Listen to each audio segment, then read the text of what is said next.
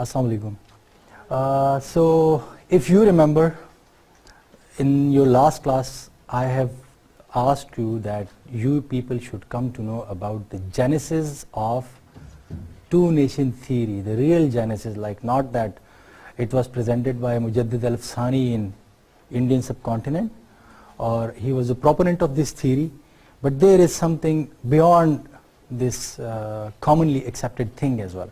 So can anybody tell me who was the proponent of two-nation theory, or when did this phenomenon start?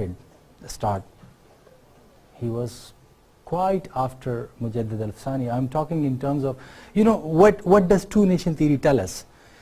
It tells us that there are two nations in the Indian subcontinent. They cannot live together because their ways of lives, they are quite different from each other. At times the hero of one or the friend of one might be considered the foe of another one, right? So they cannot coexist with each other. This is what two-nation theory tells us, right? But if it means that there are two people believing in two different sets of ideas, so when did that phenomena start? When there was humanity, I'm talking in terms of humanity, because then that was the two-nation theory for the whole of humanity. That wasn't just for the Muslims of the Indian subcontinent. When did it start for humanity?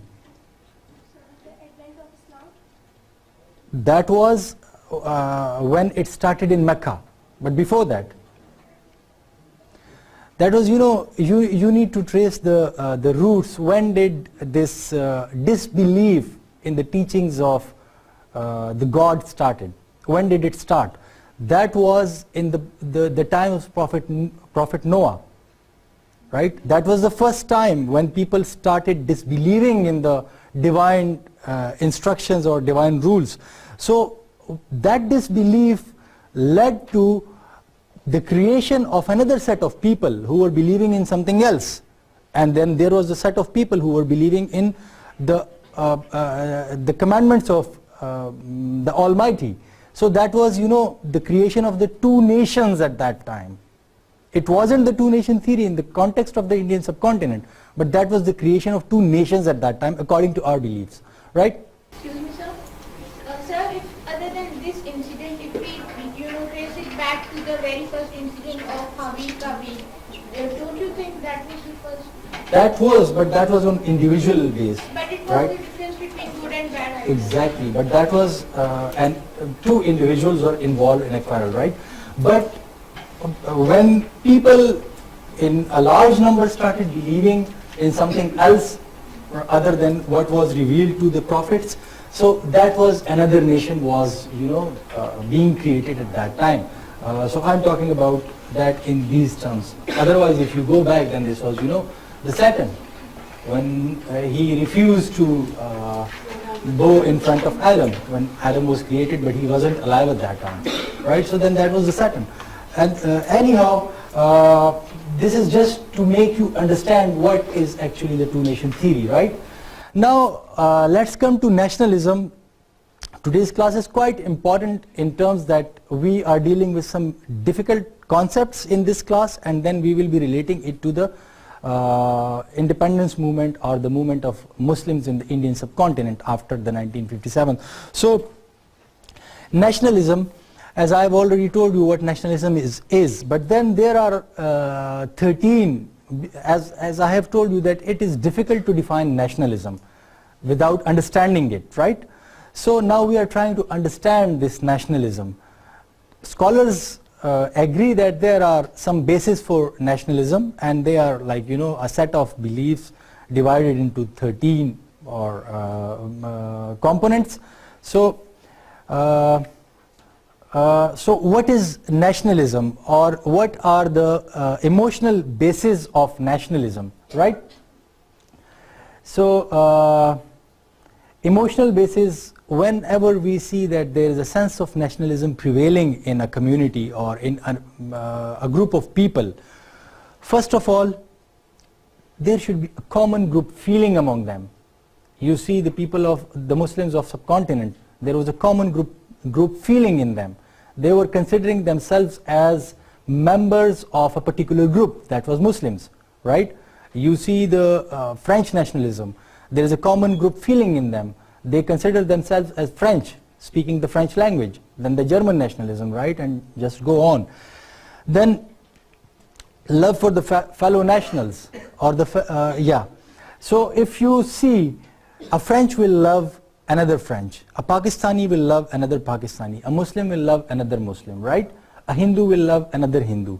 So that is the love for the fellow nationals who are part of that particular group for which we have that common group feeling, right? So that is common in nationalism, right? Then common hostility to other similar groups, like, you know, if Hindus were considered as enemies by one group, by one person in the Muslim group, other members of that particular group were also considering Hindus as their enemies. So they have a common hostility towards another group, like all of us Pakistanis. Majority of us have got some common hostility towards Indians, right? Or towards the United States of America, or the Americans, whatever you call it, you know, common hostility toward. So that makes us part of another group which has got something common to look with good perspective, and something common to look towards that thing with a bad perspective or with hostility, right? Then political and social apparatus of nationalism, that is another subgroup of those 13 points in nationalism. So what are the political and social apparatus for it? You know, they should have, or they would have, a common territory possessed with them, right? They should think that, okay, we are a group, now we have got a common territory with us, and this group should live in that particular territory, right? Like Pakistanis, we are a nation, we are having a common territory, we have possessed this territory and we are living in this territory, right? So the people of one group having all these attributes, right, they can be, you know, these things are common in all sort of nations, and they are ingredients of nationalism. When you analyze nationalism, you will find these things in almost all the nations. Then the existence of common sovereign government, that or the desire for it. So in nationalism, either there should be a common government for them, which should be a sovereign government, right?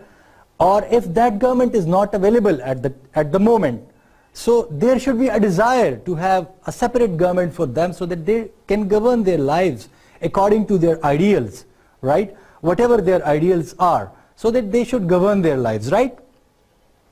Then the existence of common moral or social and economic institution or ideas.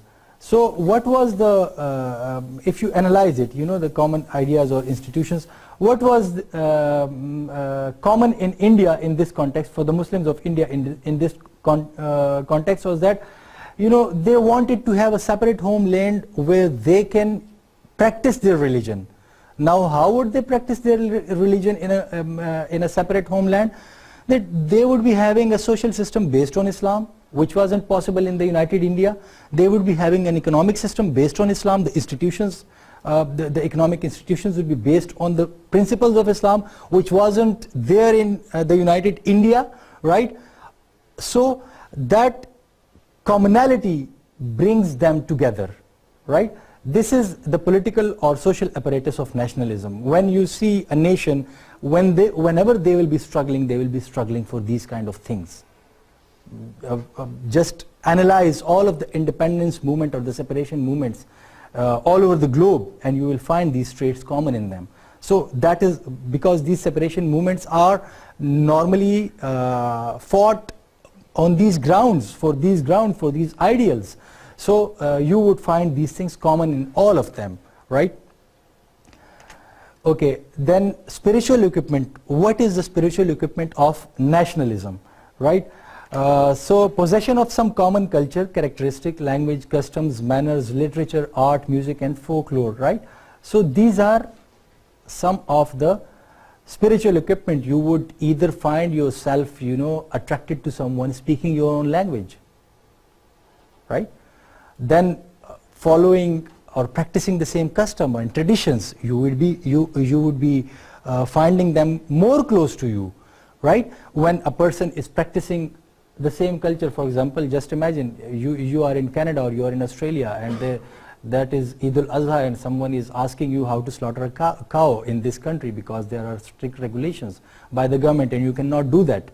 But even by merely listening to that question, you will come to know that there is something common between you and him or her, right?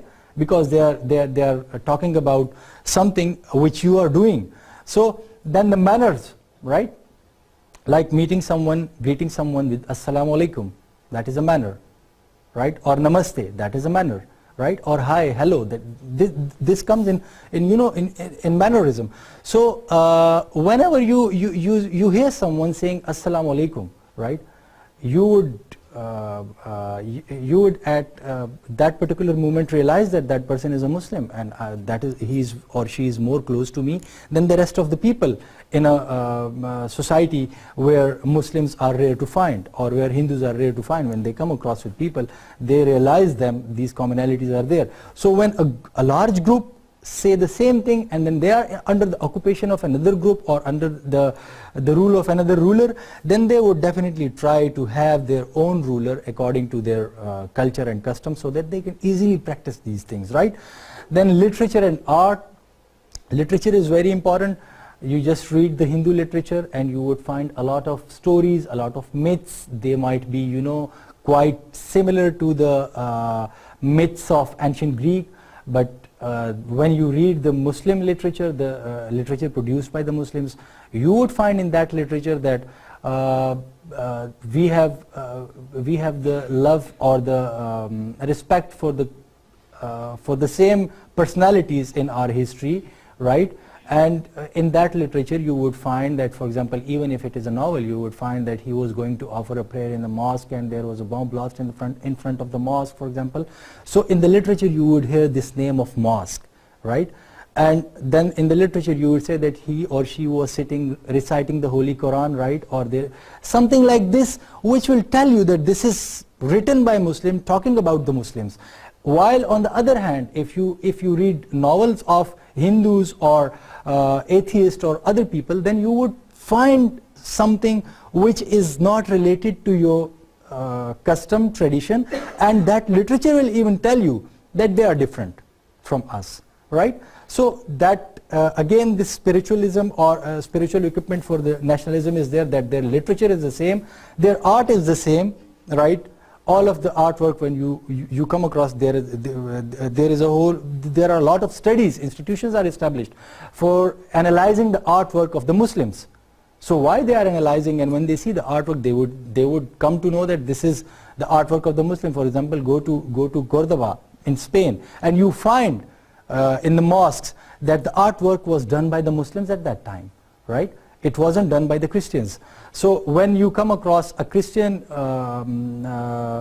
structure, you will come to know that there is sort of a cross.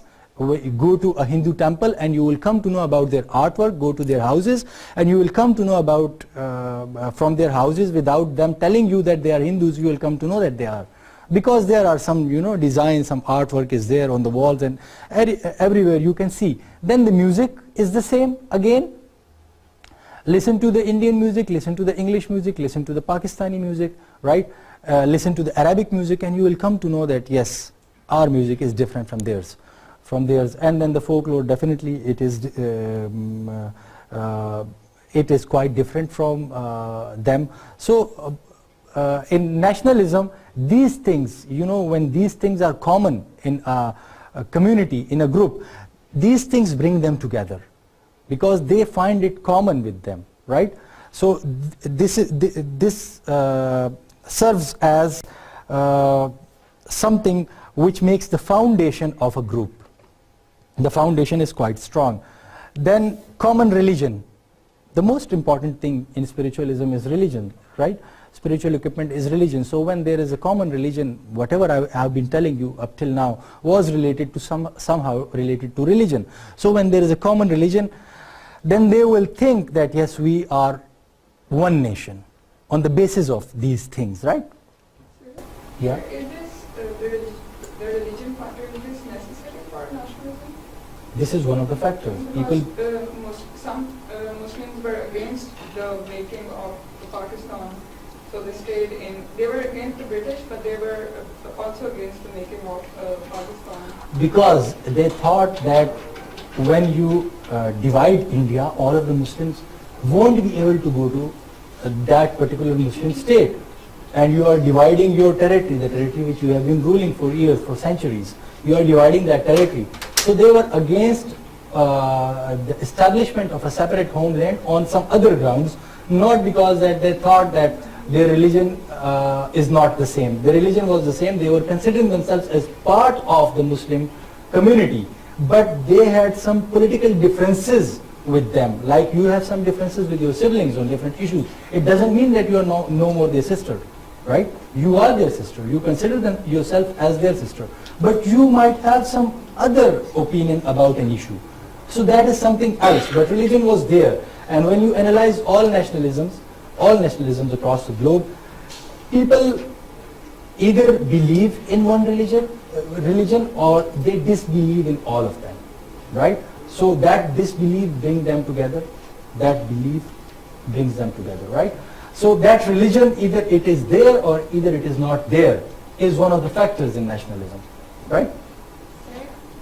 Sir, I read it somewhere that a lot of Muslims were against it because they saw that they were of the view that matters of the state, they are different from matters of the religion. That is even now, some of the Muslims consider that matters of the state, religion should have no authority when it comes to the matters of the state. But that is not the Islamic point of view.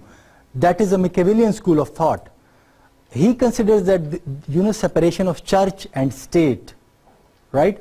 That was Machiavelli in Italy, right? So he just, gave this idea that since religion is at the foundation of every ill in Italy, in that Italy of that time, so that is why the prince should distance himself from religion and he should take the statecraft as something else, and he should not be going back to religion to find out the solution for his problems, which were not the creation of religion, or which were even the creation of religion. So that is why in going back to the religion and finding solution for the problems created by the religion are that is not a wise course for the prince at that time. His book, he has written a very famous book, name is The Prince, right? So this is that idea, and some of the Muslims are influenced by that idea, but Islam does not approve this thing. Islam has got a comprehensive code of life. So if Islam is managing my individual life, how is it possible that a divine religion does not have any solution for the statecraft?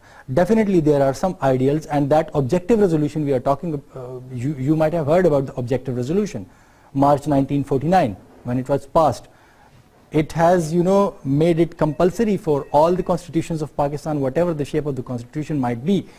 It says it should follow these basic principles. Sovereignty should belong to Allah, right? And the people should be able to. So this is the point of view of some of the people who might not understand religion in its entirety, or who might not want to understand it, right?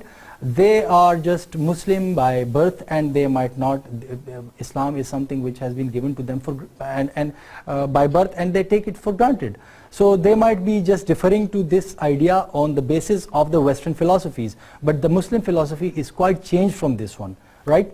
So, but what about now, like all Pakistanis do not share common religion? But then Islam also tells you that if a non-Muslim wants to practice his or her religion, let him or her be practicing it. So that is what Islam is telling you. But the religion of the dominant group should be there to govern the lives of the dominant group, and provision for the minority is there in the religion. So that is okay, right? Islam doesn't tell you to force someone to do something, to convert to Islam, or to leave his or her religion. So that's a non-issue, I guess. But what about the minority group? How will So there is personal law nowadays. What is the issue in India? In India, they are passing a bill through the parliament, and the Supreme Court, I think the Supreme Court or the High Court decision is there nowadays, that the Muslim personal law in which there is, the divorce law, particularly like, a male is able to, let his spouse free, let go his spouse free, just, by saying divorce for 3 times at the same point. They do not agree with this. So they are asking, some of the Muslims are even against it, and they have filed a petition. There were activists working for it, and now they are, their voices are heard somewhere. And so, but the Muslims are not willing to accept it. Agitation is there. Opposition for this stance is there in India. It is coming out from India because they think that it is unnecessary meddling in the Muslim personal law, right? So Islam doesn't meddle in the personal laws of other religions. That is what we mean by the rights of minorities, right? So that common religion, okay, there are, like in France, it's not necessary that all of the people living in France are French, but France is made of French people, right? They are the dominant group, and they have ensured that the rights of other groups is given to them in that particular territory, right? So this is what we are talking about. On the same lines, we are talking about the Muslim of India, who were saying that, okay, let's have a separate state, and we will ensure that the rights of non-Muslims living in that particular state are given, right? Then history or common origin. So again, the history of the Muslims, it is the same. Every Muslim living around the globe will consider that the Holy Prophet ﷺ is the last prophet of Allah, right? And he was born in Makkah on that particular day, or in this particular year, right? So that is what they would consider, that is a common history. Then they would feel pride in that, right? They would not consider it something bad. Then the common origin, again the same. Just go and read the history of Hindus and read the read books about the origin of Hinduism, and you will find that they are the same. Then talk about Christianity, talk about some other nation, and you will find that they are tracing it from something common, which brings them together. And then the common character shared by that particular national group. What is common character? What is common character? Similarities. But what is, if I'm talking about personal character and then the national character, this is kind of a national character, right? So common character is that, for example, for this group, your common character is that all of you should come to the class in time, leave the class in time, remain over here from 8:30 till 5:30, right? And submit your assignments in time, and this and that, that is a common character of this group, right? All of you might have individual characters. Definitely you have got that individual character as well, but something common is there as well, right? So for example, Muslims, the common character is that you should be compassionate towards the poor, you should be very loving towards the children, and respectable towards the elder, this and that is kind of a common character of the Muslim group. Then there are common characters of other groups, and when you go there and you find there, you would see that yes, there is a common character of that particular group, right? Okay. Another thing, that 3 levels, past, present and the future. In nationalism, this thing is there, that they normally consider themselves, their past is the same, their present is heading towards something, and then aspiration for the future, right? So common pride in national achievements and common sorrow in the national tragedies. For example, why we all mourn the APS, it was a national tragedy, right? Why we all celebrate the 6th September, it was something which we think as we won against the enemies in 1965, and we should celebrate, right? so common achievements, then why we do celebrate 28th May? Because Pakistan became a nuclear power at that time, at that particular day in 1998, right? So that was a sense of achievement. Why do we celebrate the Champions Trophy winning of Pakistan? Exactly, but not just that we defeated in India, we won, right? So that was an achievement. Then common sorrow, right? Why do we think that, why do we all on 16th September, though now it is a coincidence that 16th September 2014 and 16th September, sorry, not 16th September, 16th December. Why do we, because APS was there, and 16th December, the debacle of East Pakistan, right? So you can just, these are the national tragedies for us. So we mourn these things, and we are not happy with this. As a nation, we are not happy with these kind of tragedies. So we are, that is making us a group. That is the past, but still these incidents, they are either making us happy, we celebrate them, or they are not making us happy, so we are sad about them. But we are all equally feeling the same kind of feeling for these things. That makes us a group. These things are common in all nations, right? So nationalism is basically traced. When you are in the process of formulation a nation, you will definitely preach for something. And when you will be preaching, you will be calling them towards these achievements. These are the common achievements, so we are one. These are our tragedies, we are one. Now let's, struggle together to achieve something else, because we are one and we are being oppressed, right? Simple devotion to a nation such as my country, right or wrong. When you run out of arguments, then what you say?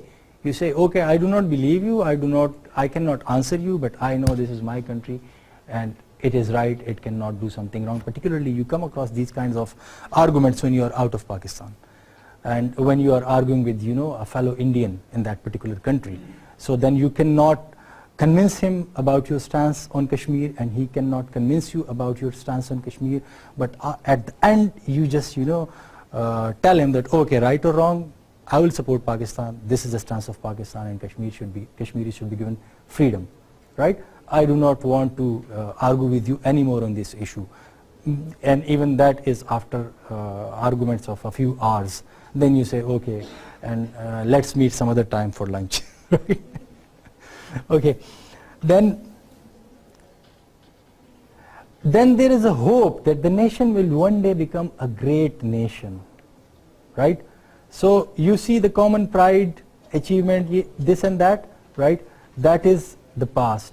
Then this thing, devotion to the nation, again this is related to the present and some of the things done rightly or wrongly in the past as well. And then, so the present is there. Then hope that the nation will one day become a great nation, that is related to the future. Why the people of the subcontinent, the Muslims of the subcontinent, wanted to have a separate homeland? Because they thought that the Muslim nation will become a great nation when they get that separate territory for themselves, right? So they would become a great nation when they get it. That is what I think is related to the future. And if that nation is already great, then again you cannot say that okay, we are great, so let's do not think about the future. Then the nation struggles to be the greatest in the world. They strive for their nation to be the greatest in the world. So that these things bring them together. Why the United States of America is meddling all over the world? Just to promote her ideals, yeah, right? Her ideas of democracy, liberty, freedom in the world. This is what apparently it says, right? Wherever it goes, it says, okay, I'm just installing democracy. This is democracy, this is freedom, this is liberty, and people are not getting it, so let me go there, and because they want to be the greatest in the world. They want to play the role of the world leader, right? So that is ideology, and from ideology we draw nationalism. Nationalism is always drawn from some particular ideology.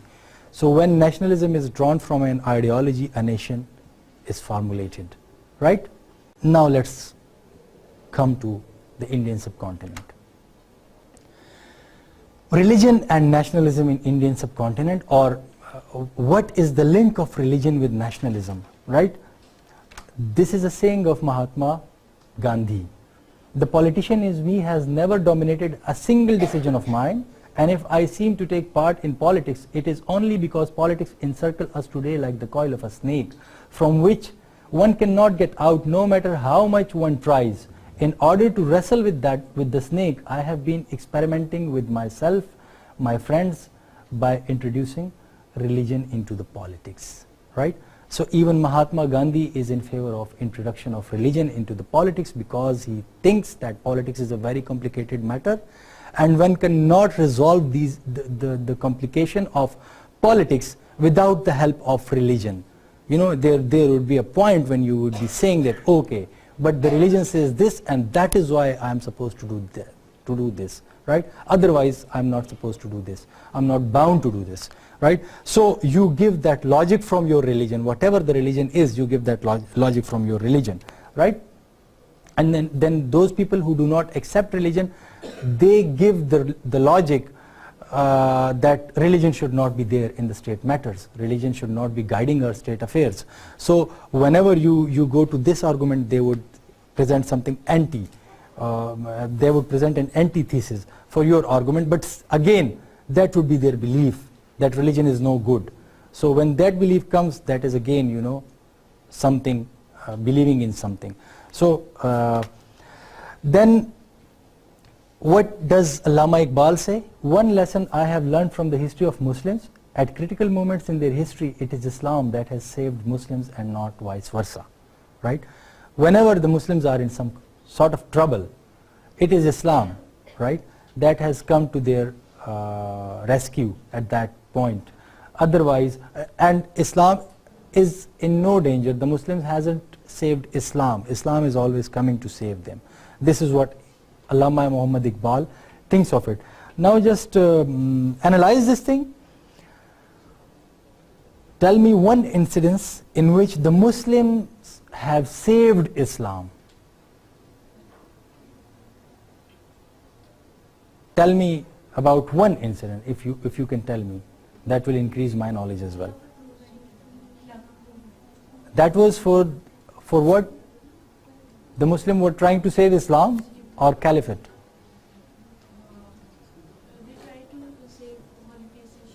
The holy places, right? But not that particular idea of Islam. The idea was there, the holy places, the Caliphate, it was under threat. But Islam wasn't under threat. The Battle of Badr? Yeah, you might say, but that in the Battle of Badr, it was the belief in Islam which made the Muslims victorious. The Muslims were in small number. Yeah, so that they were believing in Islam, and that is why in Quran Allah says that the angels were fighting side by side with you. You did not see them, but they were, right? So I think that the idea of Islam is more powerful than individuals. Individuals are seeking refuge in this idea. The idea doesn't come to seek refuge in some individual. This is what I believe, right? This is what Iqbal believed, and I'm quite convinced by these sayings of Allama Iqbal, because it was one person who just preached Islam, the Holy Prophet, initially. Then people converted to it. The whole world, the whole Quraysh and the whole Mecca, the whole Arabian Peninsula was initially against it. They could not do anything with it. It was spreading, you know, it was spreading, and the Muslims were, individuals were seeking refuge in it. Whenever they feel threatened, for example, just take the example of that lady who was captured in India, and Muhammad bin Qasim came to rescue her. It was Islam which rescued that lady, right? That lady did not rescue Islam. Islam wasn't feeling any threat, but a Muslim lady was feeling threat, and the whole of the Muslim community, Hajjaj bin Yusuf, just sent, you know, an expedition, military expedition, to save that lady, right? So, or save these people from atrocities. So I think Islam is there. It is always going there to save people from, its followers from hardships, right? You might have another idea of that thing, but then you can, present your argument in a very logical manner in a thesis, and that might become a very good thesis, right? Because you are just refuting the things which philosophers have said, and that is a very good contribution to the literature if you can do that, right?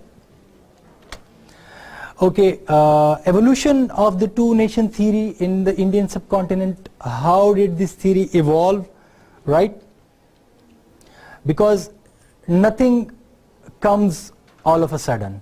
Everything has got some history, and you take one step, then you realize that step was not enough, then you need to take another step, one step at a time, something like that, right? So how did this theory evolve, that Pakistan came into being out of this theory, right? So we will be discussing the process of evolution of this theory. During the struggle of political independence in India, two-nation theory emerged, which meant that the nations, Hindus and Muslims, inhabited the subcontinent. We have already discussed these things, that there are two nations, they are living in the subcontinent, Hindus and the Muslims. So, so that was during the political independence struggle of India, which was the mutiny against the British Raj, and but that was a political struggle. But during that struggle, the Muslim realized that, okay, they should not be only fighting for the independence of India, but for their own independence as well, right? Because that was not enough for them to fight for the independence of India, because during that particular struggle, they realized something, that was not conducive for them, that was not good for them. So during that struggle, when they realized this thing, they thought of their own interest, group interest, that they should fight for their own rights as well. Now, what were these things which they realized? You just imagine that you are, making alliances with a friend. There are 2 or 3 friends going to achieve some objective, and you find a, you find a bag full of money, and one of your friends, though the objective is quite, higher than that bag full of money, but one of your friends, he is though selfish, so he is just taking that money, and that money is hampering his struggle towards the achievement of that objective, and then after taking the money, he is taking care of his own interest rather than the interest of that whole group. This is what happened in the independence struggle, in the political struggle of India, that the Hindus were though they were fighting for their political independence, but at the same time they were not ready to give rights to the Muslim. The Muslims were rulers, the Hindus were their subjects. But when the English came, and when they become the rulers, for Hindus that was just a change of rulers. And now Hindu thought that, okay, a day will come that these foreign invaders or foreign rulers will leave this country. So when they leave this country, we should make sure that we are the rulers, right? And the Muslims are our subjects. The Muslims were not prepared for that. Then they had some problem with people converting into Islam in the first stage, in the first place. So they had initiated different movements, different efforts were made to convert the Muslims back to Hinduism, as we are seeing nowadays in India. Struggles are there under Narendra Modi government, that Muslims are converted. You might have seen a few videos on social medias. It was the same thing at that time, that they were thinking that, okay, these people were converted to Islam in the first place, now we should devise different rules and regulations so that we can make their lives hard in India, and then we can compel them to go back to their original religion, which was, in their view, Hinduism, right? Okay, then there were sharp discrepancies in culture, language, religion, religious practices, and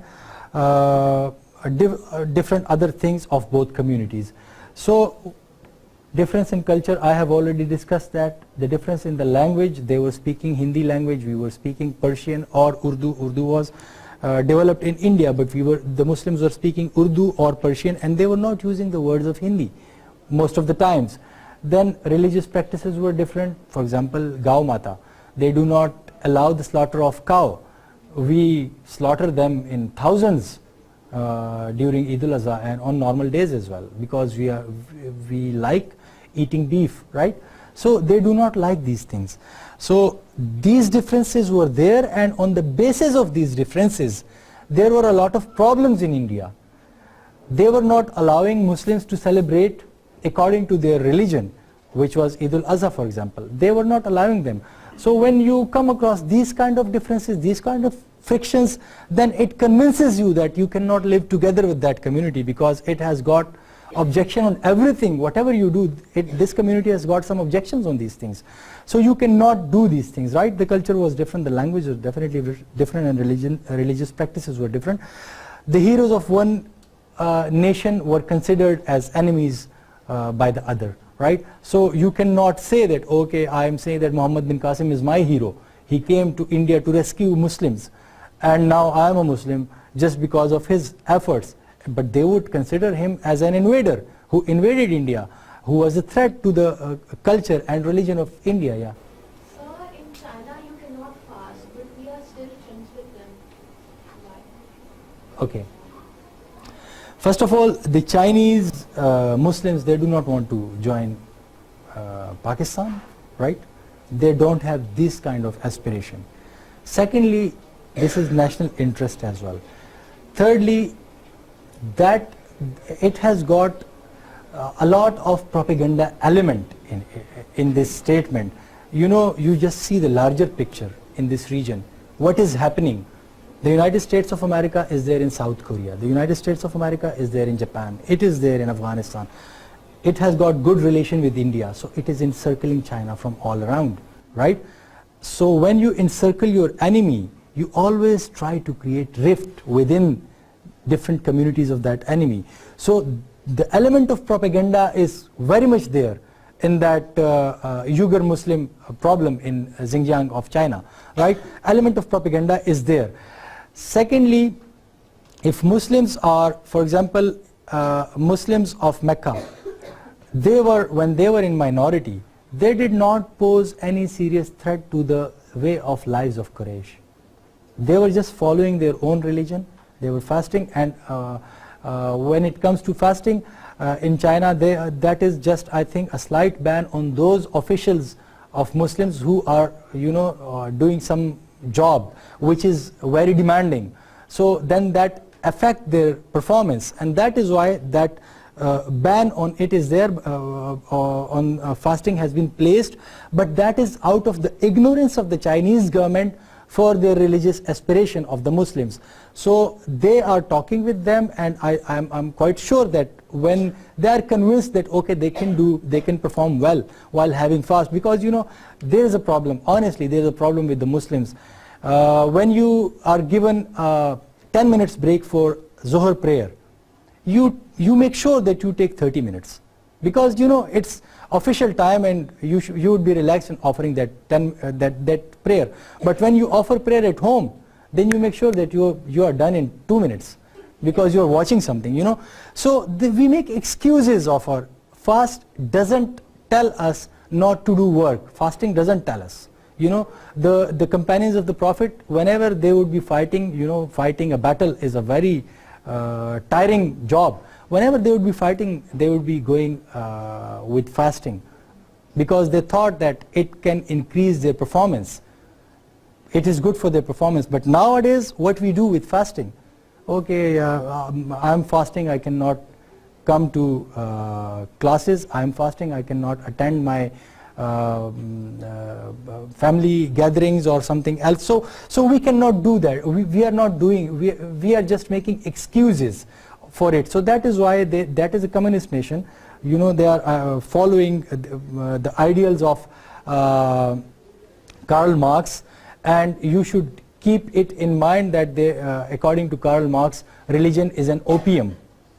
According to his philosophy, religion is an opium given to the common people by the elites in order to make them do what they want them to do, right? So they are following that philosophy, and then when we say, when we talk, we say that okay, we are fasting, so we cannot come together because you are fasting, we cannot do this, that.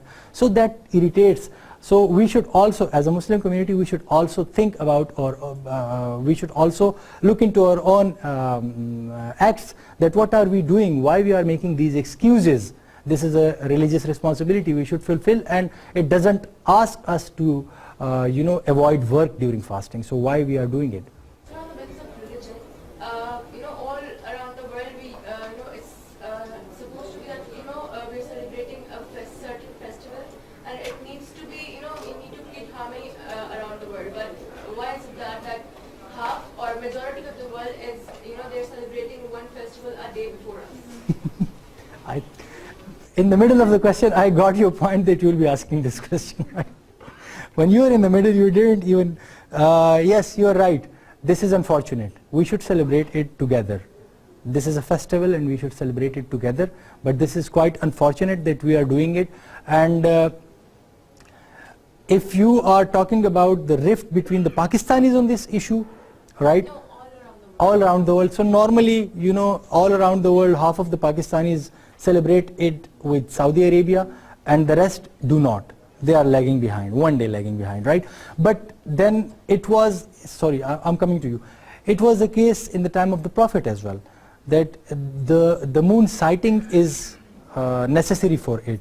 So Islam doesn't ask us to celebrate it on one day. It says whenever you see moon sighting, and then there are a lot of jurisprudence, is available on this matter, which is telling us that if you are, for example, fasting and you are going, that is the 29th fast or the 30th fast, and you are traveling and you reach a place where people are celebrating Eid, so you should no more be fasting, you should celebrate your Eid with them. It means that the flexibility for differences was left there, even in the jurisprudence of Islam, right, by different jurists. So it is not something bad. It is not something bad.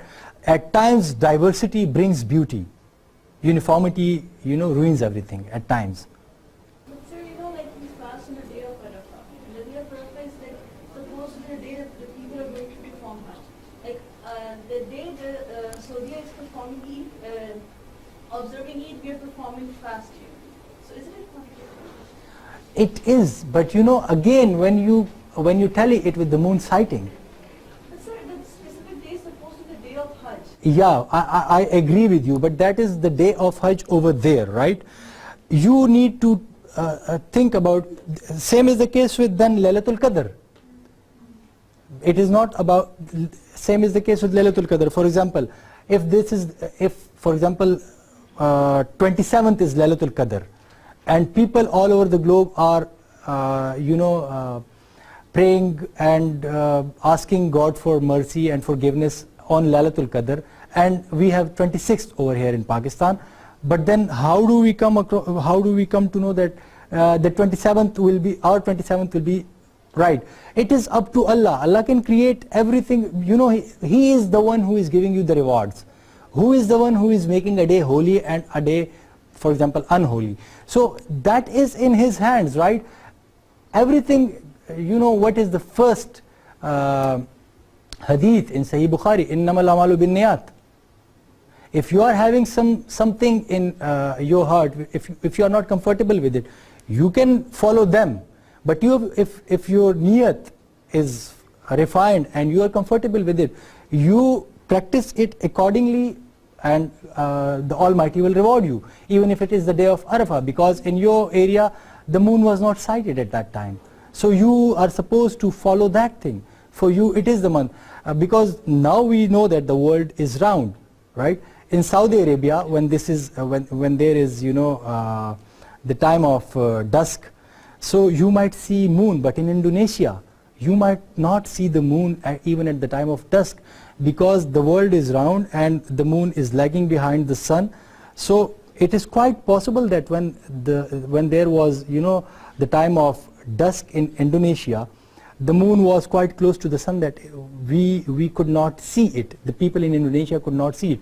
But now, since it is just sliding behind the sun, so when the sun is set in Saudi Arabia, the moon and the sun has got enough distance so that it is visible for people over there.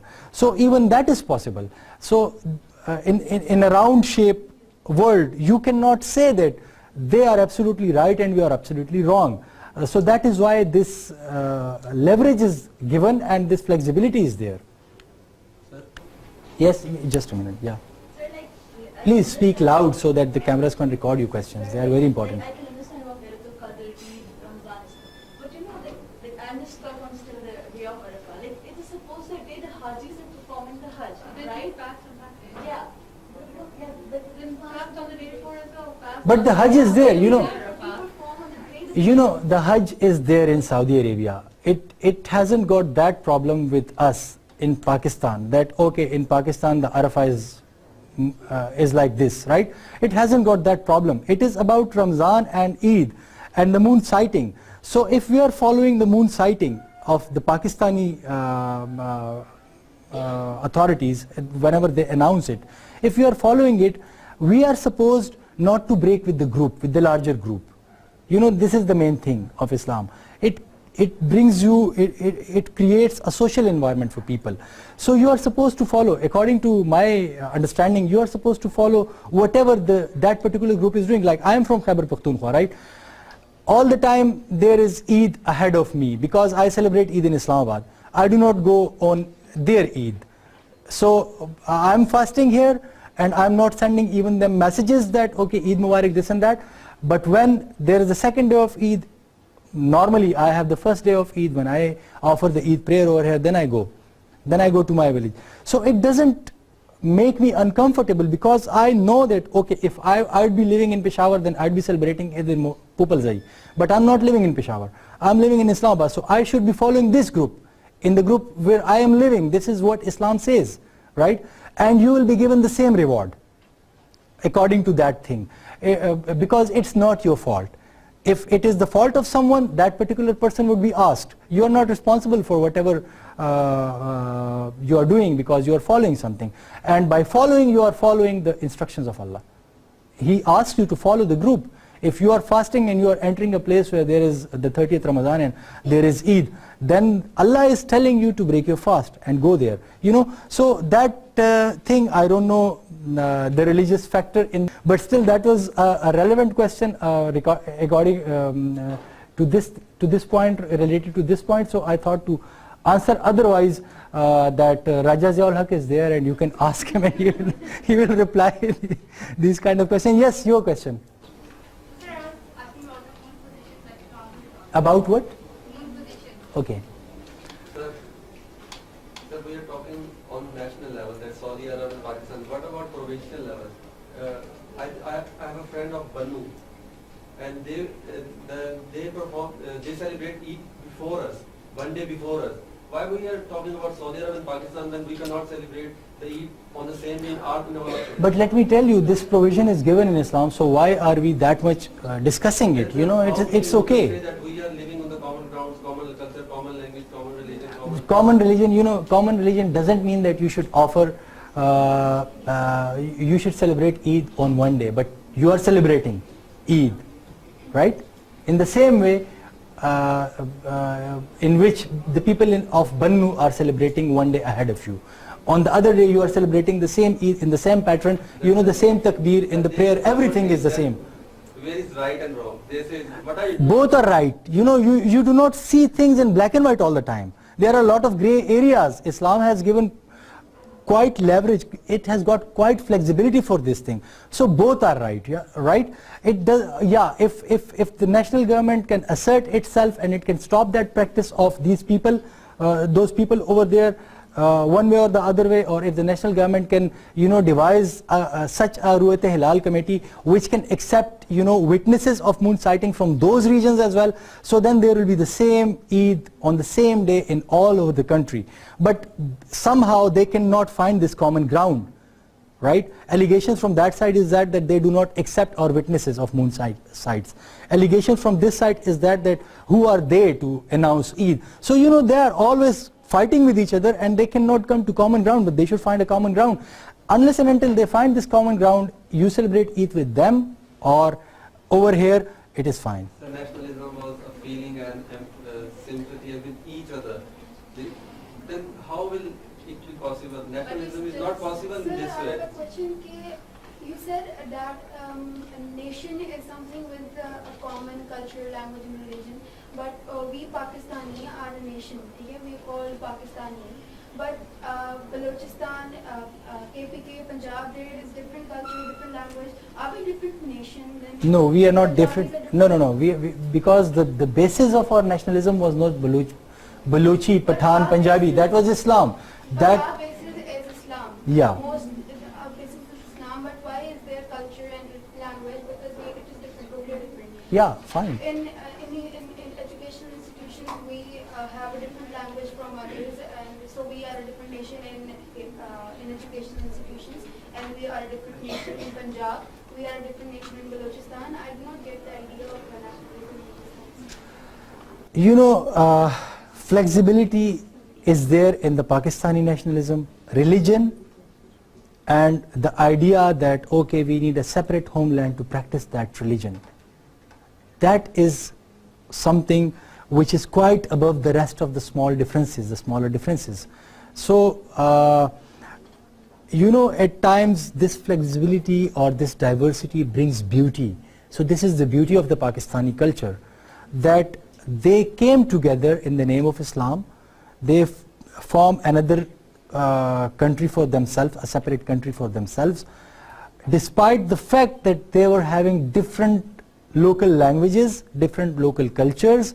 Still, they adopted Urdu as their national language, which is the lingua franca, right?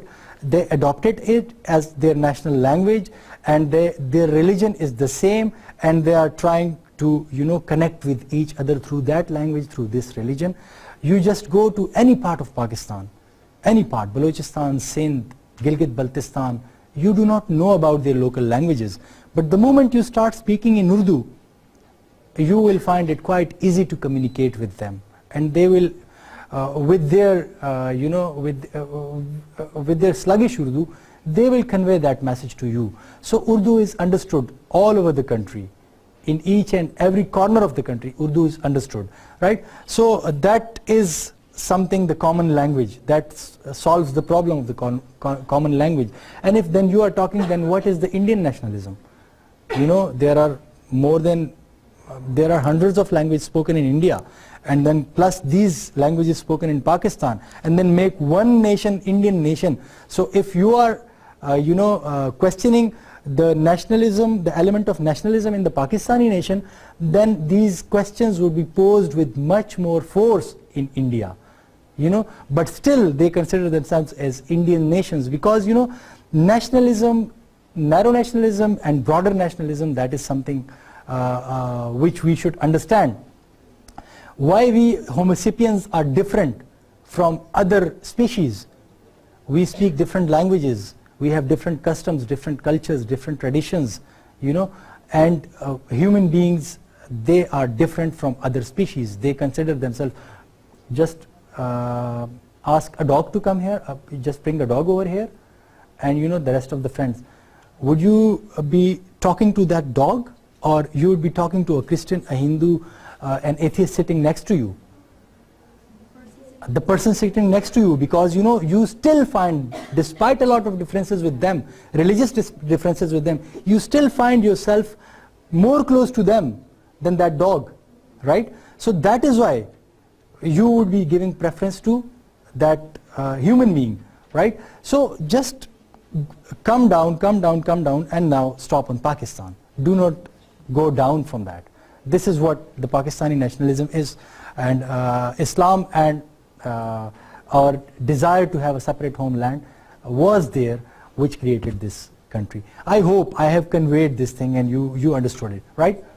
Are we a part of two nations at the same time, like the Pakistani nation and the Muslim nation? Of course, yes, we are. Right? Okay, then Jinnah was not the first to call the Muslims of India a nation, right? Before Muhammad Ali Jinnah, there were others who have called them as nation, like Sir Sayyid Ahmad Khan addressed them as a qawm, the Muslims, right? He addressed them as qawm. Then Agha Khan, Amir Ali and other referred to their community as nation. You know, they were living At times they would be in India, at times they would be in England, but they were referring to the Muslims of India as a nation. So Muhammad Ali Jinnah was not the first one who was calling them a nation, right? Then Allama Iqbal provided the philosophical explanation. You know, for a nation that philosophy is very important. What was the philosophy of French nation? The Rousseau, right? Rousseau gave that philosophy to French nation, and it was based on his philosophy that the French Revolution of 1789 came, right? Quite after him. It was based on his philosophy. So for a nation, for an independence struggle, some sort of philosophy should be there to, you know, to make people think over it, and then make people understand, and then start struggling towards that. So the philosophy in the Muslim nationalism in India, which worked very well, was the philosophy of Iqbal, right? However, Jinnah was the first to conclude that Hindus and Muslims are two different, distinct nations, and they could not live together. So everybody, whenever they were talking, they would be talking that, okay, this should be a separate formula for them, the Muslim provinces should be autonomous and they should be governing, then provincial autonomy should be given, this and that. But Quaid-e-Azam Muhammad Ali Jinnah, then he said that, no, okay, then he said that they cannot live together and they should be separated. These two nations should be separated from each other, and they should be having separate countries. So the credit goes to Quaid-e-Azam Muhammad Ali Jinnah for concluding this thing. Otherwise, you know, people were talking about this separatism between the two communities, right? Okay, how did this theory materialize? So it was, if you are summing it up, you know, so it was initiated by Sir Syed Ahmad Khan, when he realized that the Muslims' rights were not ensured in the common or the general elections, and there should be a separate candidate elected by the Muslims voters for them, and the candidate should be a Muslim, you know. So it was, at that time, we will come to that point, it was Sir Syed Ahmad Khan. Initially he thought of them as a separate nation in India, supported by the philosophy of Iqbal, and then it was materialized by Jinnah and his colleagues, right? So that was the materialization of the theory. Then what happened after the creation of Pakistan, that the Constituent Assembly of Pakistan, by passing the objective resolution, gave it legal sanction. The philosophy of Islam, or Islam should be the official religion in Pakistan. So the whole struggle that was the pivot around which the whole struggle revolved. So when Pakistan came into being, then the objective resolution was passed by the Constituent Assembly, because there was a lot of please do not talk to each other, right? If you are talking, you should talk to me, or I should give you time, then you can talk to each other after the class, right? But do not talk to each other, that disturbs me. There was, people were pondering over, legislators were pondering over whether our constitution should be made in this way or that way, whether Bengali should be the national language or Urdu should be given the status of the national language, whether Islam should be there or not, or this and that. So that debate was quite lengthy.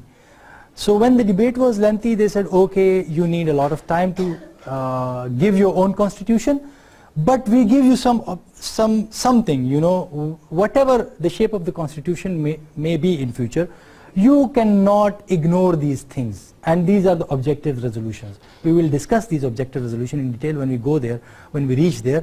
But so that whole struggle which was revolving around Islam and Muslim identity, it was given a shape in the shape of objective resolution by it was passed in March 1949, right?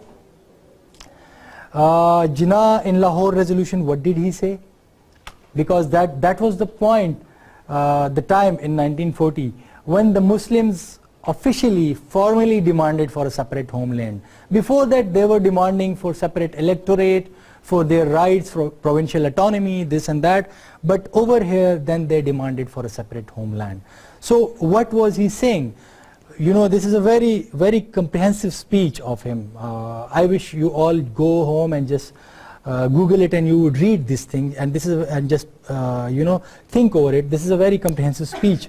Notwithstanding 1,000 years of close contact, nationalities which are as divergent today as ever cannot at any time be expected to transform themselves into one nation merely by means of subjecting them to a democratic constitution and holding them forcibly together by unnatural and artificial method of British parliamentary statute. You know, that was, before that the struggle was revolving around separate electorate. Now he is saying that, okay, they have lived together for 1,000 years, and even then those 1,000 years couldn't bring them together. So how can we expect that now in the United India, a constitution based on the parliamentary statute of Britain, because we have a Westminster parliamentary system, we have got that those institutions from them, this parliament and the Senate, and this model is based on that model which was prevailing, which is still prevailing in Great Britain. So how can you say that that system would give good results in India, and this community will be feeling safe under the Hindu majority government in India, because they had already experienced that Hindu majority government from 1937 to 1939 in the shape of the Congress rule, right? So that was the context of it, that Quaid-e-Azam Muhammad Ali Jinnah said with full conviction that it cannot happen. Muslims and Hindus cannot live together based on certain facts in the past. Then Muslims are nation according to any definition of a nation, and they must have their homeland, their territory and their state. They cannot be considered as minority. They are a nation. That was the stance of Quaid-e-Azam Muhammad Ali Jinnah. Minority is like, you know, 10% of the non-Muslims living in Pakistan, they are a minority.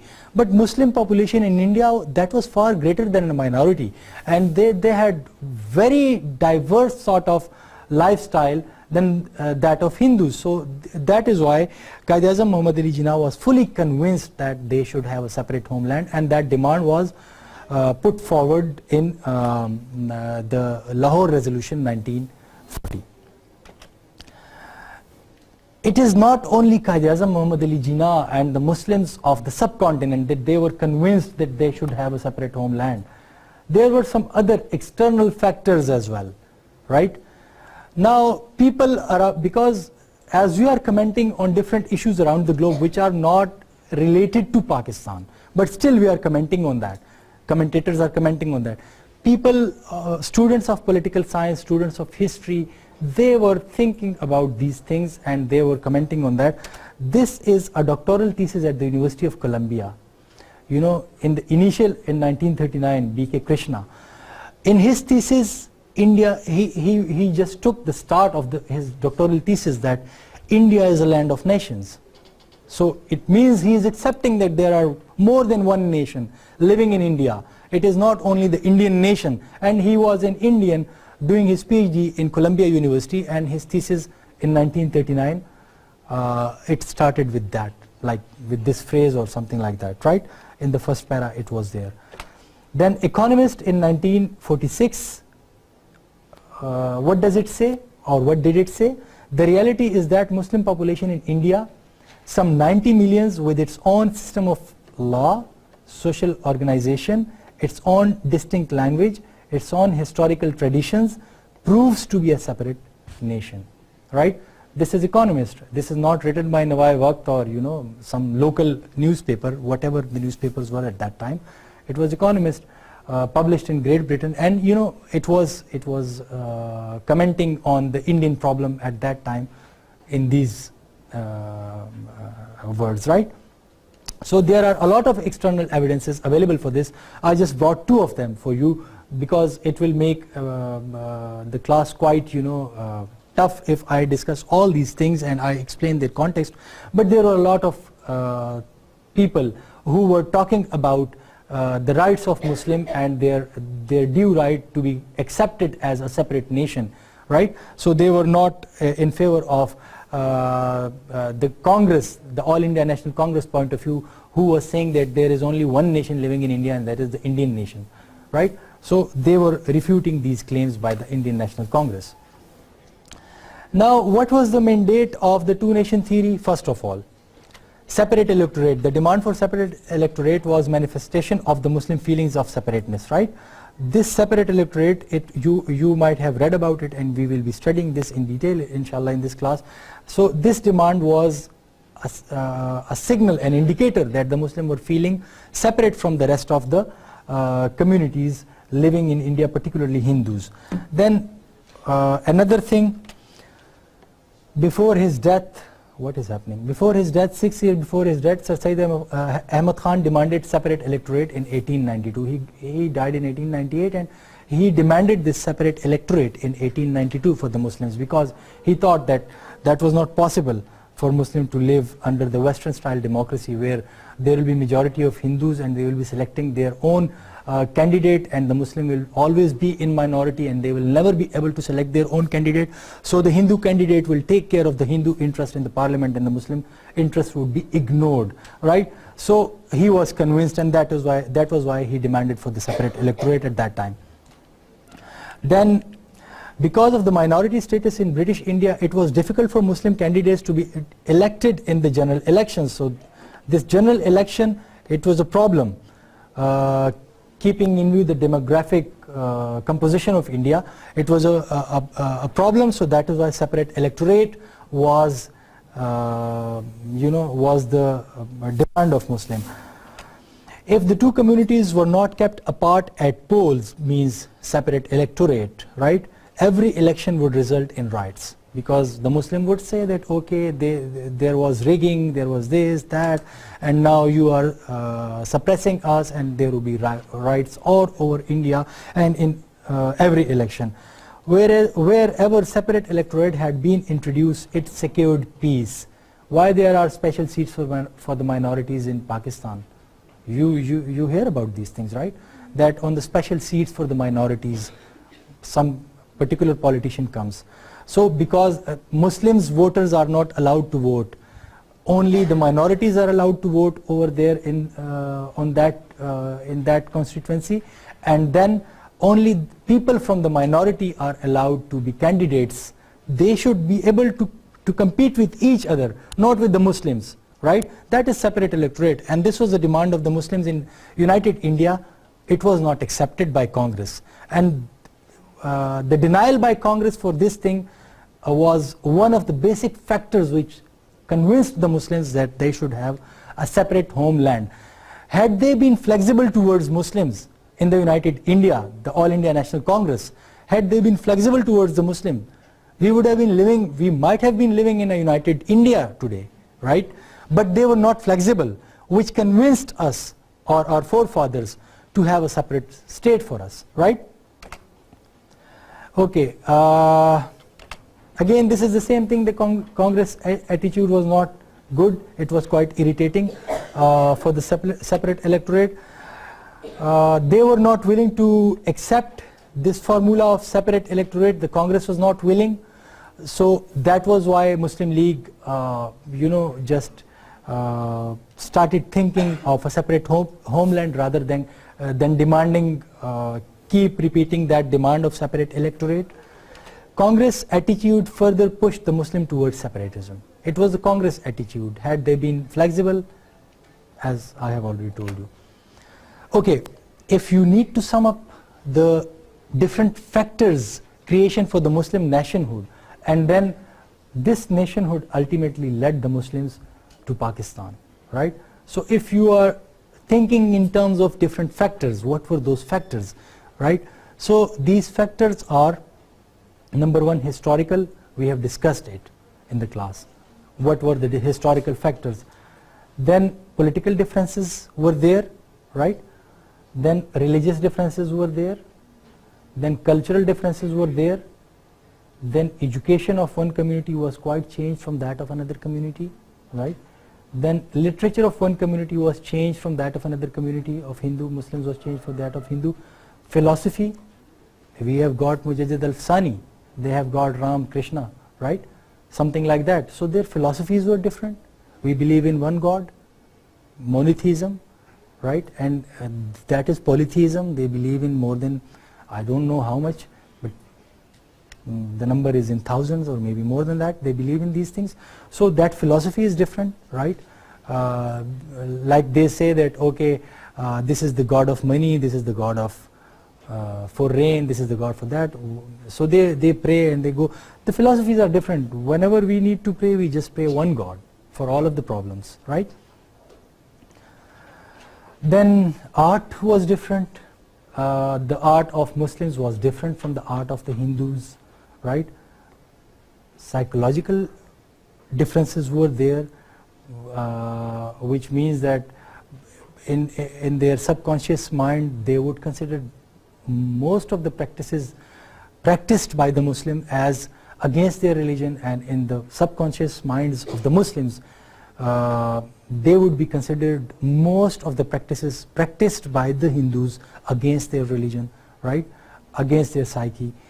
And then the national consciousness, they were considering themselves as one nation, and by thinking them as one nation and all of the communities living in that in India as one nation, and then subjugating them under the Hindu rule, under the Hindu laws, and asking them to convert to to convert to Hinduism again, banning the slaughter of cow, this and that. That was their national consciousness. On the other hand, side by side, the Muslims were having their own national consciousness, and that separated them from that larger group, right? Are all of these factors really necessary for the formation of a nation? No, I have told you that, 13 conditions in nationalism. There are 13 conditions. But if you are looking towards it in from another angle, from another way, so this is just to make your study easy. I have, just listed them down just to make your study easy. Everything, whatever I have told you is necessary, but your own ideas, if you can understand nationalism from these factors, go with them. If you can understand it from those 13 factors, go with them. Whatever makes you understand this nationalism and two-nation theory and ideology of Pakistan is acceptable to me, whatever makes you understand, right? So if you can understand it, this is, like looking towards one thing from different angles. There's a table. I am asking him to draw the picture of a table. He'll be drawing it from there. You'll be drawing it from this perspective. I'll be drawing it from this perspective. Every perspective is right. The table is the same, but we are looking it from different angles, right? So I think this is it.